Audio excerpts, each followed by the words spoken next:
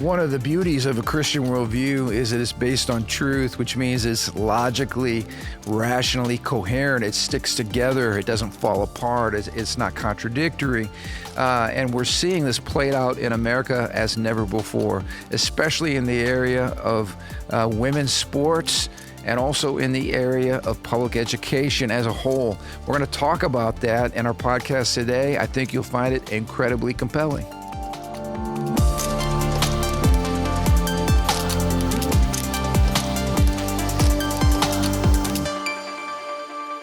Hey, welcome to the Ron Johnson Discipleship Podcast. Thanks so much for tuning in and sharing these Thursday mornings with us. Just a reminder that if we ever seem completely out of touch with the news cycle, it's because we are airing this, or we are recording this on Mondays and airing it on Thursday. So I felt like last week we had President Trump addressing a joint session of Congress. Man, so much to talk about. And then, That was last week? That was last week. In fact, that was like Wednesday or Thursday. Yeah. But anyway, that's all old news now. And so anyway, that's just kind of where we're at. So if you're wondering why we're a little behind a couple of days on contemporary news issues, that's the case. But for our sanity around here, this is what we need to do. So we hope you're enjoying our discussion. We've got a great discussion today. Actually, before we get into the discussion, we're talking about education and what's going on in education and how that interacts with a Christian worldview. And it gives us a chance just to praise our aspiring artists here at Living Stones, our young generation, of whom I want to highlight your son today, all right? As we're getting ready to do this podcast, Joni walked over here to show Pastor Andrew the wonderful work that our children's ministry is doing in support of our Rise campaign. Evidently, they've all received a stone, a paper stone, and it was an empty blank palette, and they were to, artistically convey their vision for this new edition and for what God's going to do. Of course, much of the damaged area involves our children's ministry, so we want to see that up as soon as possible. But I have to highlight this. This is beautiful, all right? And this is by your son, Jaira. How old is Jaira? Put me on the spot. Put you on the spot. We didn't rehearse 7 plus or minus 1. Plus or minus 1. I love it. Now you know what I dealt with all those years. How old is so-and-so? I have to start 7. At the top, work my way down to the bottom, and figure out where they all fit. No, but what I love about this is we have a lion very clearly in the middle. We have crowns. We have royalty. Yeah. We have purple. I think you got a little prophet there, man, or maybe an apostolic. Well, we did just watch the Lion, the Witch, and the Wardrobe. All right. So, I don't know if he was inspired by that. But way to go, Jaira. And these stones are going to be placed upon the wall here in our foyer. So when we walk by, we can see all of these living stones that are being created and put up. But we appreciate your ongoing prayers and support. In 2 weeks, on the 23rd of March, we're going to be having our Commitment Sunday, which is always a big step of faith, as we pray and we hear God's voice and we commit to obeying and trusting the Lord to, in many cases, supernaturally bring in what we believe He told us that we were supposed to give. And it really is exciting. We have incredible stories. We just had one on Sunday, and we'll be hearing more throughout our time together. But anyway, good stuff. Let me hit on something that I think is really, really important, just by way of speaking into what we're seeing culturally. When we talk about Christian worldview, and by the way, I'm going to be starting our course here. It's a 4-week course, 2 hours long each night on Wednesday nights, coming up real soon. I believe that's the end of April after Easter, on Christian worldview. It's actually being sponsored by our Public Square ministry. And I'm really, really excited about that because I've made the comment before, and you can attest to this because you were trained in biblical worldview, that it's really hard to understand why we roll the way that we roll around here at Living Stones without understanding the foundation of what it means to see Jesus Christ as Lord of all. And once you realize He's Lord of all, then it removes us from these little boxes that people like to put Christians in or the church in. Every time we speak out on some issue on our podcast, we have leftists complaining that for some reason we should not be allowed to do that without paying taxes to the state, which is an interesting concept, that anytime we exercise our free speech about anything outside of this little box called religion, that somehow we are, not playing right or violating the rules of the game. And that's what, a Christian worldview corrects that myopic problem, that nearsighted, tiny little view of Christianity, because what it says is Jesus Christ is Lord of all. And so this podcast is called the Discipleship Podcast, Bringing Lordship to Life, because something radical happens when the Lordship of Jesus is applied to all of life, not just a tiny little sliver of life, but recognizing Jesus as the creator and Lord and author of all things. That was revolutionary for me to be introduced to that concept. So that's why I love doing this podcast with you, because it is out of the box, because nothing's off limits, because nothing is off limits to the Lord. That's what it means to be a Lord. It means you can speak to anything you want because you're in charge. You are large and in charge. So I want to talk about something today with you that I think is really, really important, and that's the fact that the beauty of worldview thinking is it has to be rational, it has to be internally consistent. In other words, it has to cohere. It has to stick together. And so what that means is if you have a worldview that is self-contradictory, or collapses in upon itself, or you believe one thing that simply does not fit reality, eventually that's going to be exposed, and you're going to lose credibility if you're trying to be a spokesperson for that worldview, because it can't sustain the weight of common sense, of questioning, of science, of logic, of rationality. And I think this is especially coming to play as it relates to two things I want to talk about today: the larger issue of education, and then the secondary issue of gender and sexuality. So let's start with gender and sexuality, a hot topic. President Trump declared on national television on his inaugural address that as the America's official stance is that we now have two genders, not hundreds or thousands or potentially an infinite number of genders. We have two genders. We have men and we have women, male and female. And that was so funny to hear that, because it was so shocking, but it just shows you the darkness that our nation had been living under, the spell. And again, let's just throw this out, whether you're a Bible-believing Christian or not. This is just, we talk about follow the science. This is about as science as can be. Every cell of our bodies screams male, and every cell in a woman's body screams female. That's just science. But when you abandon science for an ideology, which is what the left has done, and you get into a situation where you cannot even define what a woman is, right? Or you get into a situation now where we have seen basic common sense legislation that says, you know what, a guy who thinks he's a girl should not be able to compete with other biological females in sports. That's just not fair. And so what we're seeing in events across the nation is guys who are pretending to be women, who are just dominating women's sports. They're going to obliterate women's sports. They're going to hurt women. We've already seen that happen. And the records are a joke, because they're not even like, hey, this guy just won by 1/10 of a point and set a new record. No, we're talking about not even close, like an obliteration of women's records. And the left is really in a conundrum on this, because they have embraced this lie, hook, line, and sinker, and now they don't know how to get unhooked from it in a way that doesn't make them look like absolute idiots. And so we just had a vote. Every single Democrat, the party that's supposed to be for women, every single Democrat voted against protecting women's sports. Every single Democrat. Every single Democrat. I mean, in the Senate. I think I was in the Senate. Yeah, I think it was the Senate. Yeah. Hook, line, and sinker. And I mean, you're just going, what is the matter with you people? But they are stuck. Mm-hmm. And the public gets it because, again, this is just common sense. At some point, you got to go, you know what, we missed that one. We missed that. We want a mulligan. We're going to change our opinion, and we're going to move on with life. But, man, they are just digging in.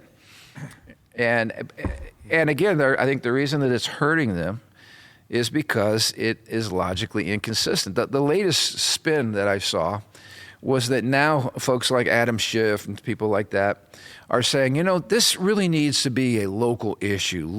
Local municipalities need to hash this out. So now they've created another conundrum because this is the party of big government. This is the party of federal, Washington, D.C. based directives.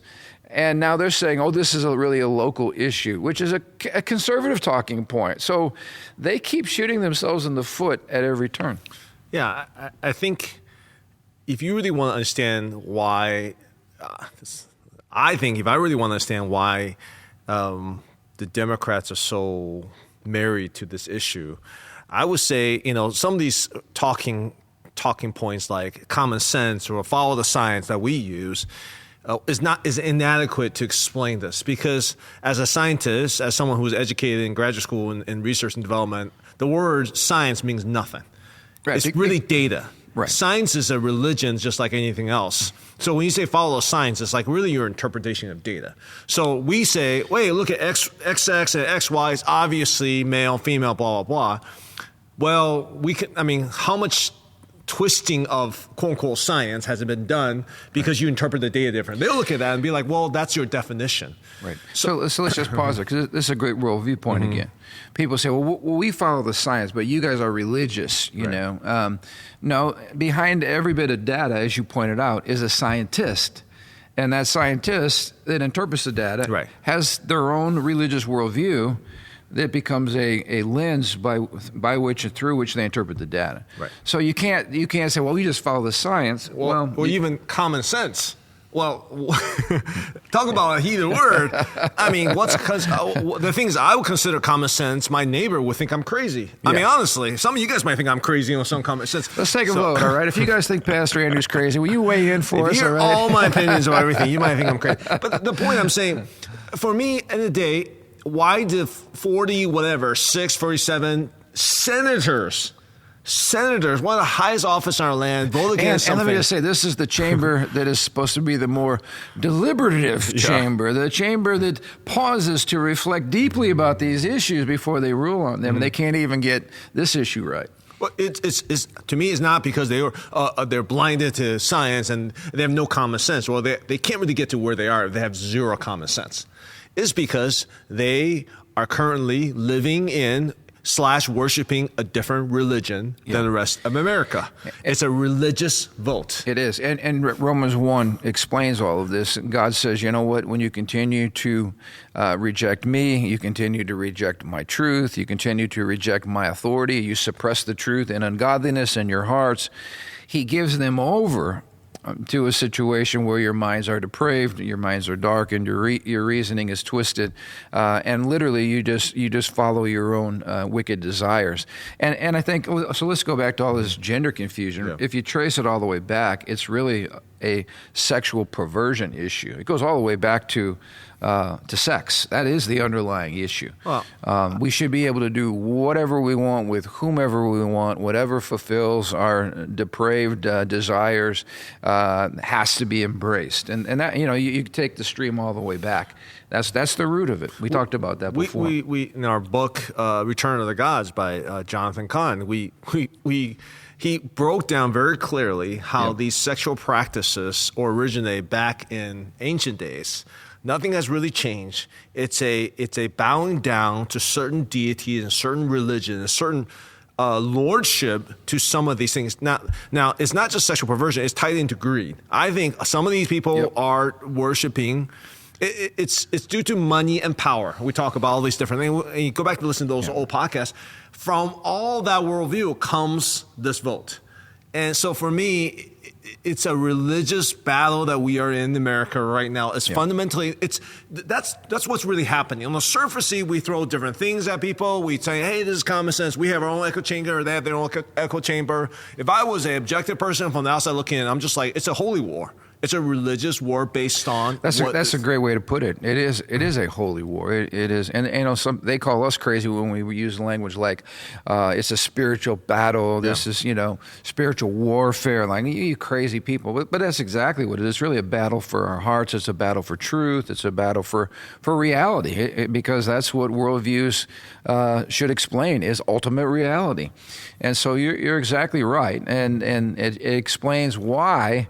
And some people are getting it. Some people that are not currently office holders on the Democratic Party are saying, hey guys, unless we get this right, we're not going to win another election unless we cheat and steal it. We will not win fairly, because on this issue in particular, I forget the data, but it's a vast majority of Americans have had enough of this whole thing and want to put it to rest, because now we're getting a situation where not only are girls competing unfairly, but they're putting themselves at physical risk.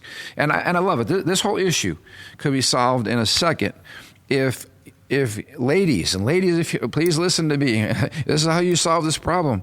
And it's happening over and over again. I'm seeing in the newspaper where courageous young women are saying, we're not going to compete. If you have a guy on your team, we're not going to compete, which is sad because they're having to forfeit that competition.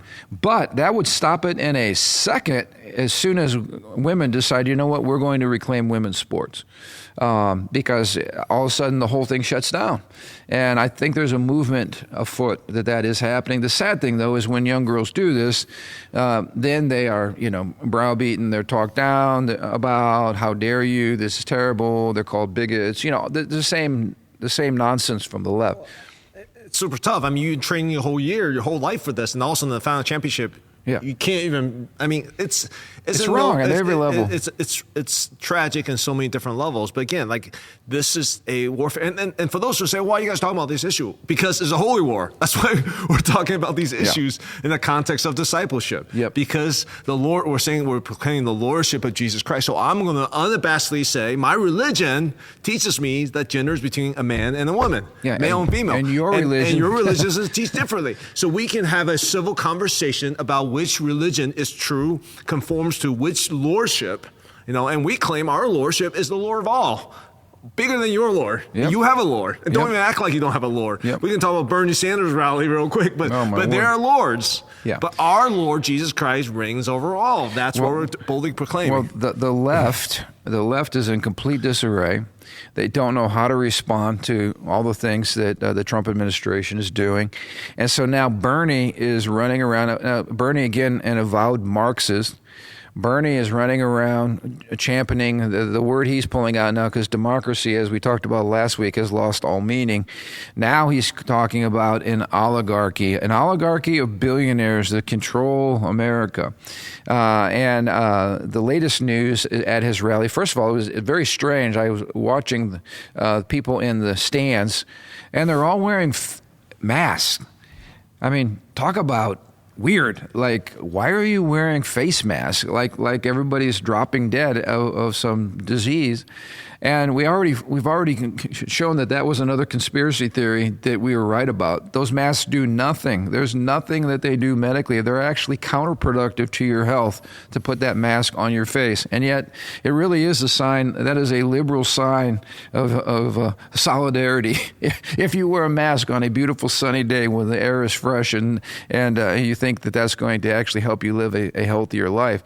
But in addition to these folks, there was a special guest artist. The person's name is Laura Jane Grace. This is a transgender woman. What we mean by that is it is a man who is pretending to be a woman. And the song that this person sung, I actually had to look it up, the lyrics. And I was going to read the lyrics to let you know what Bernie Sanders and his group is promoting, but I couldn't even read the lyrics. They're so blasphemous, so twisted, so sexually perverted. And this is who Bernie has doing the front concert before he gets up to speak. And then he gets up and says, great job, and affirms this this incredibly twisted person's performance. Again, it's blasphemous. It's crude to the utmost. But it refers specifically to Jesus Christ, correct? Yes, in language that you would not want to have on your lips, and is such twisted, explicit sexual language, F-bombs, why is God effing me? I mean, this is just, like I said, unbelievable. This is a U.S. senator. Like, what is the matter with people in Vermont? How does this guy keep getting... I mean, I'm serious, like... Do we get like the most moronic people on the planet and put them all and concentrated in one area? How do these people get elected to the U.S. Senate?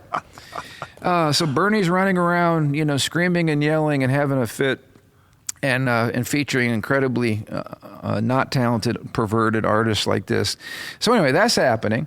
But let's talk about another sign and a wonder. This is a miracle. Governor Newsom, whose state is an epic dumpster fire, Governor Newsom, instead of addressing the epic dumpster fire, which his policies and his colleagues have created, decides that in his spare time, he's going to launch a podcast. So on his very first episode, who does he invite? I couldn't believe it. I could not believe it when he invited Charlie Kirk to go Charlie on the show. Kirk, oh my goodness. Charlie Kirk, who is not even of 30 years of age yet, but whose organization, Turning Point USA, has been phenomenally, incredibly successful at speaking truth to this college-age crowd that has traditionally, voted liberal.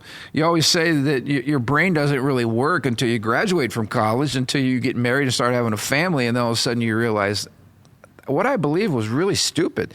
But evidently, there's a massive shift taking place in this younger generation. And I don't know if you got to read much of that conversation, but it was interesting to me because a lot of it went back to worldview. I mean, Newsom was basically asking Charlie Kirk, hey, how are you guys being so, incredibly successful in reaching that demographic? And he said a couple things that were very, very eye-opening. Number one, he said, why would anybody want to follow the Democratic Party when you have literally been prophets of doom? I think it was Barack Obama in his presidency said, you guys should not expect to have a better, life than your parents did. The American standard dream, of living, yeah, your standard of living. The economically, we should not expect that. That the American dream probably won't work for you guys the way it worked for your mom and dad. The world's changing. Who wants to follow that, that philosophy? In other words, we should be envisioning our young people with a worldview that is hope-filled, not a doom and gloom worldview. Mm-hmm. So he said, you guys are really terrible at what you're promoting because nobody wants to buy it. So that was interesting. The other thing he said that I thought was really, really good, he said, you guys, and I'm paraphrasing, but he said, you Democrats can't go out and speak in public without a teleprompter. I mean, like you have whatever you're saying is fed to you.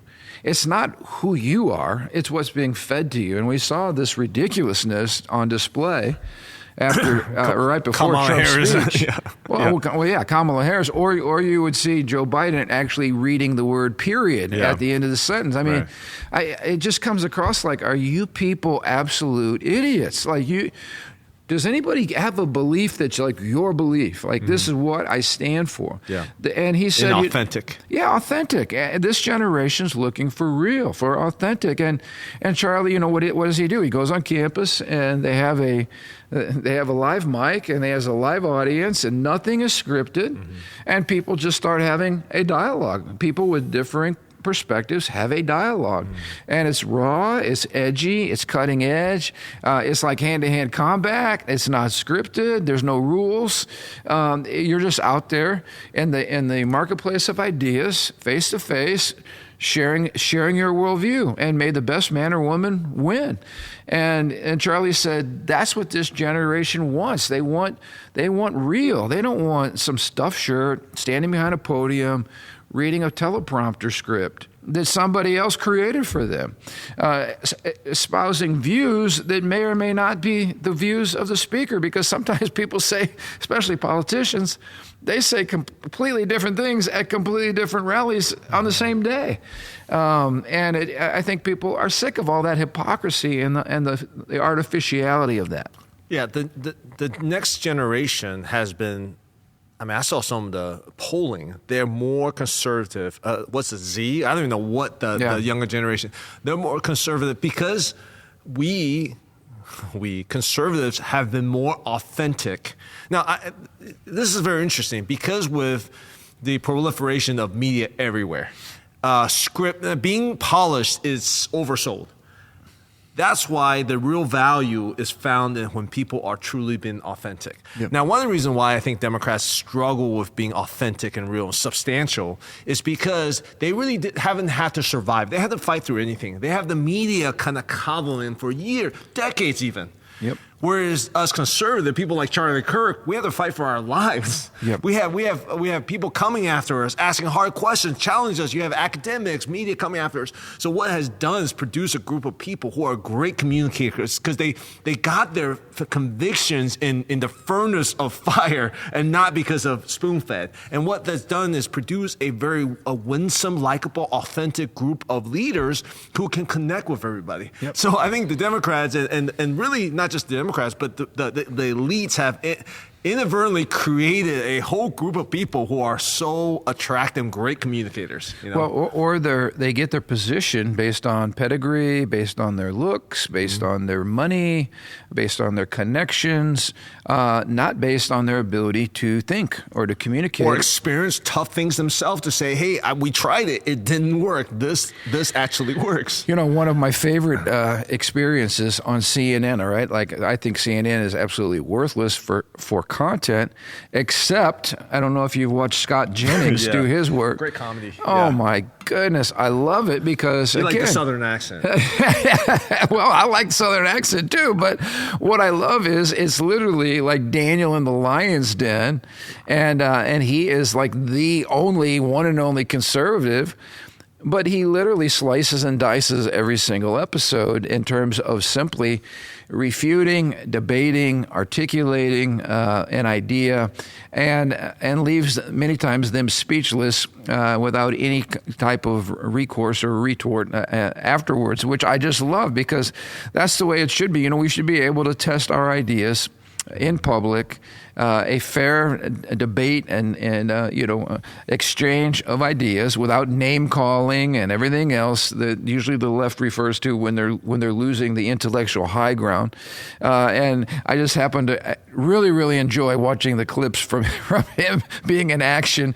I'd like to see CNN put out of their misery once and for all, but nevertheless, in the meantime, it's fun watching a voice of reason in the midst of it all. Who is going to be the better debater? Who's going to be able to process their thoughts in a winsome, concise way? Is the person who's fighting 10 guys at one time. Yeah. He's been brewing in this combative atmosphere, whereas everyone else has cookie cutter question handed to them. Yep. That's what the Joe Rogans, the Charlie Kirks, the whoever, the J.D. Vances, that's where they grew up, you know? Yeah, absolutely. So I want to circle back around because we've been talking a lot about the sexual nature. I will call it irrational sexuality because it's not logical, it's not sound, it's not livable, which is another key quality of a worldview is you have to be able to live it.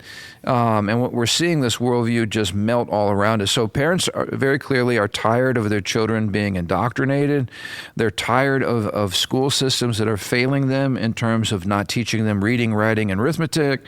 They're tired of feeling like schools are actually working against them, keeping information from them, showing their children things that the parents find offensive and they would never show their kids, filling our libraries with all kinds of perverted LGBTQ books that promote all kinds of sexual deviance.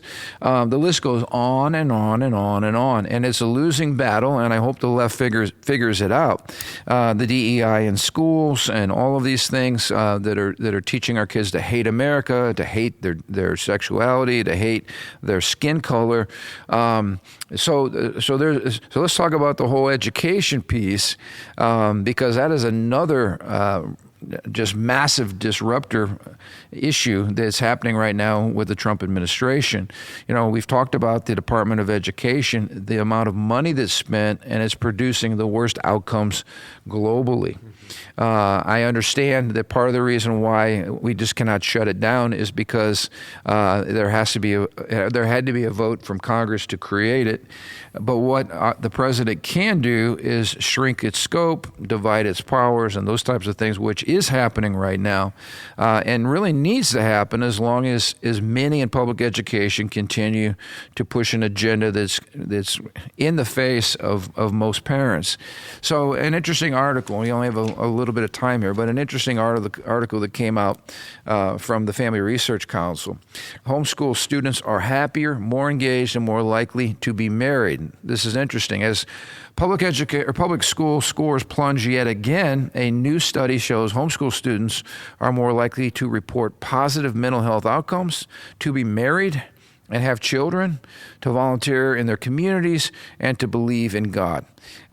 Just some of the data that is in this report. Don't have time to read it all, but encourage you to go to the Family Research Council Washington stand where you could read this article. But very, very interesting.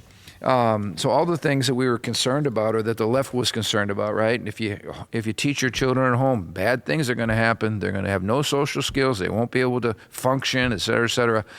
Just the opposite is happening right now. And I think, again, it bodes well. We're not here to attack any form of education inherently as wrong. We know there are great public school systems, great administrators, great educators. You know a lot of them as you worked in the local public school system. But what we are saying is, and this just makes, again, biblical sense, the best place for you to be nurtured is in a healthy home where you have a mother and father who care about your education, and a healthy mom and dad care about their kids' education and formation more than any other person. That's just, again, common sense. Who cares about your kids more than you and I do, right? We care about our kids as parents, as dads. So back to Charlie Kirk, right? He's on campus and he's calling out the NAACP. Because the NAACP finds out where he's going, and then they stir up the campus and say he's unsafe, he's dangerous, etc. And so Charlie Kirk, on his last clip, was saying this. He said, hey, NAACP, why are you not highlighting the fact that the reason why so many black children are struggling is because fathers are absent from the homes? Why are we not talking about this issue? This is a huge issue. Why are you scaring people about my message when you should be trumpeting some of these major concerns and causes of why black American kids are struggling? And they're not the only ones, but I'm talking about our inner city children who are major losers, and much of it has to do with the lack of a father in the home. So it's the breakdown of the family. When I say losers, they're losers because their schools are failing, their homes are failing them, and they're digging a massive hole for these kids to try to climb out of. So again, it gets back to what the Bible teaches: a mom and dad who produce children, who nurture those children in the loving environment of a healthy family. This is how God intended it, and this is what we should be focusing on, and this is what federal government should be staying out of the way, but providing an even playing field for parents who simply want to make that choice. This is why we've advocated before. You know what? If the left's going to continue to be aggressive in pushing an ideology that is offensive to biblical, families, Bible-believing Christian families, then we must demand that our taxpayers' dollars, that our dollars, follow us to the educational choice that we want for our kids, whether that's Christian education, homeschool education, or if the public education option is great, then that as well. But bottom line is there should be school choice opportunities to create a level playing field so that we can raise our children the way that we want. And again, the fruit of this, these kids are more likely to marry, these kids are more likely to have children, these kids are more likely to believe in God, these kids are more likely to worship the Lord, to attend church. I mean, the list goes on and on and on. So you can see why the radical left hates homeschoolers and hates school choice, because it goes against their whole agenda. All these things go against their agenda. Well, a couple things. First of all, without looking at the study, And I could argue, I'm not sure it's causative. In other words, did homeschool make this happen, or because they are already in such a positive environment, and therefore these things happen? The second thing is, when I look at this, it's just interesting because, liberals look at this and it's a bunch of things they don't want. They don't want people to be married. They don't want people to have children. No. They don't want people to believe in God. So again, it's a very, very worldview centric perspective. And, Absolutely. And as a parent who homeschool my kids, but also as a parent who have no problem sending my kids to public school, you did a hybrid. You homeschool some and We some did all of the kids. three. We did all three. Yeah. I think I love homeschool and I love public school and I love private school. I think for me personally, the main issue is engagement from the parents. I think the issue is if you have the mentality, because there are some homeschool which their parents are just go Right. through the motions. They're not really training their kids. Right. And there's other, public school, they sent their kids to school, and it's the teacher's job to educate them. It's the principal's job to. Right. Or parents or teachers will complain, rightfully so, that they get to do very little educating because there's so much misbehavior They're just happening. dealing with behaviors all day, right? Yeah, and So- I understand that problem. And again, but when the parents, again, going back to biblical worldview, when the parent says, hey, these are our stewardship. My kids are blessings and they are arrows. They are gifts from God to us. They're not burdens. They're not hindrance to our happiness and success. When we use the right verbiage and right perspective, our kids will thrive.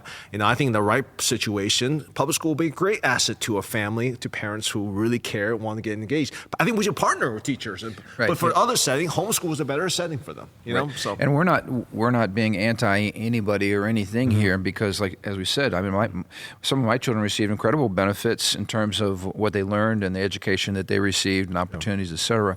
But I think the principle is this: number one, we need to get the federal government and all of its federal mandates, which are basically federal carrots that they dangle out in front of local municipalities where there's money attached if a certain agenda is pushed.